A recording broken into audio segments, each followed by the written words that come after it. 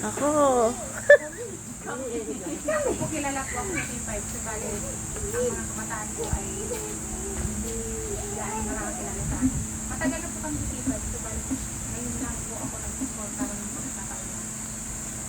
Kaya ng salita ng Diyos at makapagbayad ng mga pagkakaw sa buhay ko na napagpagpayan ng gamit na buhay ng Diyos. Mula pagkabata hanggang ngayon. Marami po akong patuturo. Ibalik ang gagawin ko talaga po patuturo. Kung paano po ako nakuhay na ako po ay dapat mag-loan. Pero hindi ko po kinakahiya ito. Dahil ito po ang katunayan kung bakit po ako nabubuhay sa mundo. Kung bakit po ako ay naging Kristiyano, kung bakit po ako ay pinili ng Diyos na mabuhay kahit na may ganito. Dahil po ito ay himala ng Diyos na kung tutuusin ako po ay wala na. Subalit dahil sa biyaya ng Diyos, dahil sa pag-ibig ng Diyos, ako po ay iniligtas ng isang tao na ginamit ng Diyos. Alisin ako dun sa apoy. Apoy mismo ha. Kasi buong bahay namin nasunog. Hindi siya. Dahil ang nanay ko wala. Dahil ang nanay ko limopin sa Katoliko. Siya po ay kantura. Maawit. Maawit talaga siya sa mga posisyon, sa Flores de Mayo. Oo. Kaya nagpapasyon po siya. Inuupahan po siya. Pag oras po ng Semana Santa siya po ay inuupahan at papasyon. Sabi ko kasama pa ako. Kaya sabi ko, yun po ang himala ng Diyos na talaga. Hanggang ngayon, kapag inaano ko, namumuni ko sa buhay ko, napakadakila ng Diyos. Iba-iba man ang paraan niya, iba-iba man ang dahilan niya, pero iisa lang po ang ibig sabihin ng Diyos. Mahal niya tayo. Kaya kung gaano po niya tayo pamahal. Ngayon po nag-think in sa utak ko, gaano niya po ako iniligtas nun sa akin.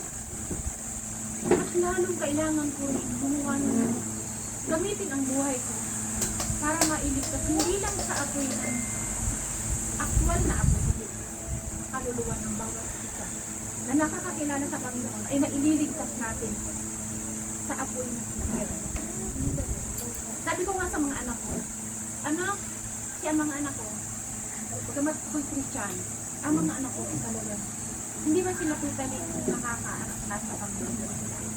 Nakakaano ng salita ng Diyos dahil tuwing umaga, lumukasan ko yung speaker. Kaya nga siguro pinagalupan namin ng Diyos ng speaker dahil tuwing umaga.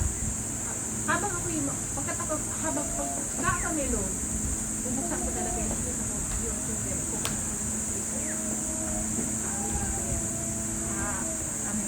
Dahil nakakarinig sila, kahit pa paano nakakarinig sila. Sabi ko, anak, kung yung na-experience natin dito sa lupa na tinis, halos hindi na natin kaya. Hindi na tayo mabubuhay. How much na kaya? Sabi nga nung natin, talagang umiiyak siya. Umiiyak siya, maraming taong umiiyak. Ang sabi, kung noon, sana, kung ako'y nabubuhay pa sa lupa, ako'y nangaral na ng iyong salita ng Diyos. Sana marami ang naligtas.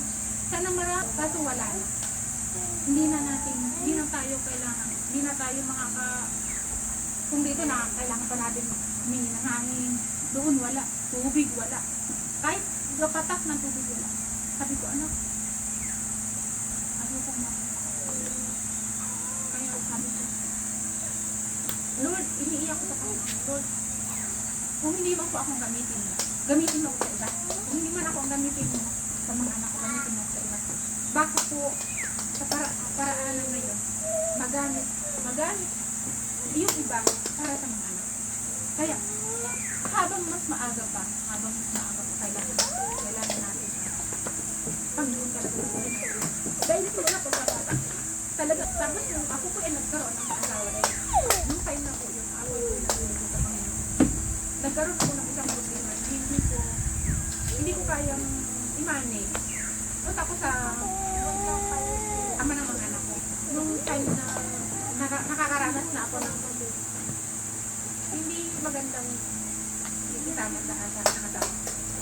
Lalo yung sasaktan ka. Ang ginagawa ko sa tapos yung ginagawa ko siya.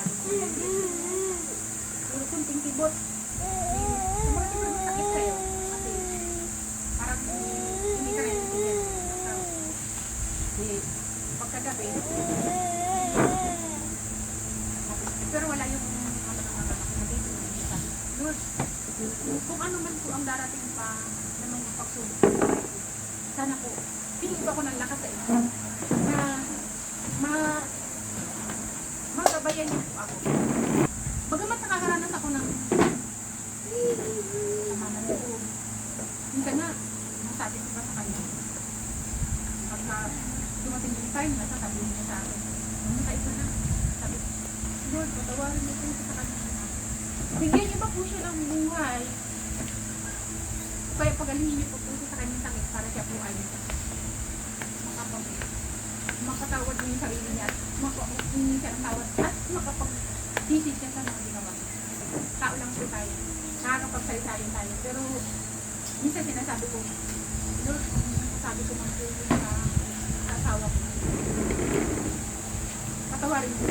Yun po ay nasasabi ko lang dahil sa sama na testimony ko na ito. Itong testimony ko na ito. Napakalaki na talaga. Dahil isipin mo, nasa apoy ka. Sinong maglalakas ng loob? Kukuhanin ka doon sa gitna ng bahay na nasusunog. Kukuhanin ka doon sa gitna para lang iligtas ka.